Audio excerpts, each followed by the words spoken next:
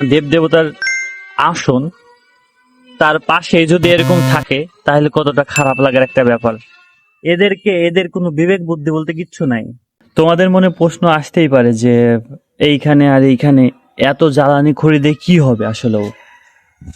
দেখো, এত জ্বালানি খড়ি দিয়ে আমাদের এই মন্দিরে এই তো আর এক সপ্তাহ আছে, মানে এই বছরের শেষে 30 তারিখ থেকে হচ্ছে নামযজ্ঞ অনুষ্ঠান শুরু হবে ঠিক এইখানে। এই জন্য এই যে যে জ্বালানি খড়িগুলো আছে এগুলো হচ্ছে যে খিচুড়ি প্রসাদ রান্না করা হয় ভক্ত সেবার জন্য।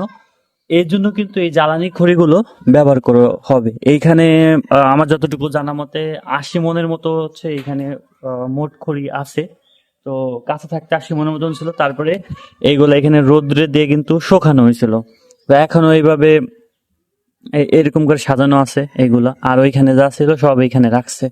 তো সব মিলে ওই কীর্তনের যে কদিন আর কি খিচুড়ি প্রসাদ ভক্তদের মাঝে বিতরণ করা হবে, ঠিক ততদিনকার জন্য এখানে খড়ি মজুত করা আছে। আর এইখানেই যে রাধাকৃষ্ণ এই যে বানানো হয়েছে, এই রাধাকৃষ্ণ ঠাকুরই কিন্তু এই যে যে কীর্তন হবে এই জায়গায়, এই এই জায়গায় হচ্ছে রাধাকৃষ্ণ ঠাকুর এখানে রাখা, অথবা এইখানে রাখবে এইখানে পূজা করবে। আর এইটা আমাদের দুর্গা মন্দির গাইস, এই হচ্ছে আমাদের দুর্গা মন্দির।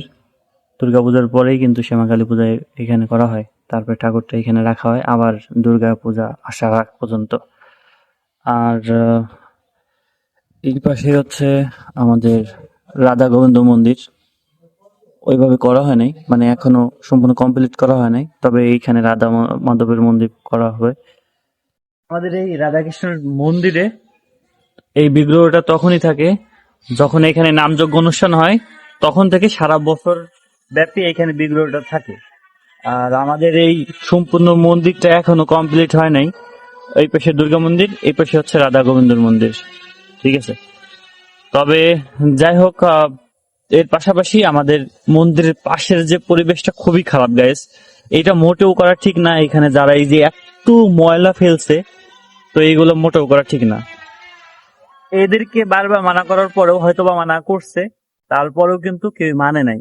এখনো কন্টিনিউয়াসলি কিন্তু এখানে ময়লা ফেলে যাচ্ছে, বাড়ির যত ময়লা ছাই থেকে শুরু করে যত রকমের আষ্টা কাষ্টা সব এই এই মাইটেলের জায়গাতে ফেলানোর চেষ্টা করতেছে।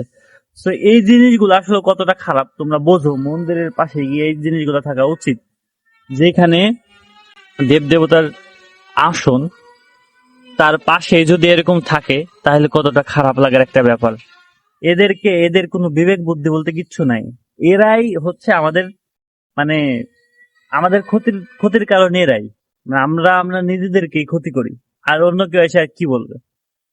তো দেখো এইদিকের কি অবস্থা, এইখান থেকে শুরু করে ওই পর্যন্ত শুধু ময়লা আর ময়লা, এই পাই দিয়ে মাঝে মাঝে যাওয়াই যায় না, এমন একটা অবস্থা।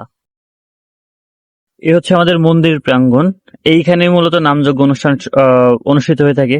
পুরো এই জায়গাটা ধরেই কিন্তু এই নামযজ্ঞের ওই কয়দিন বেশ জমজমাট হয়ে থাকে।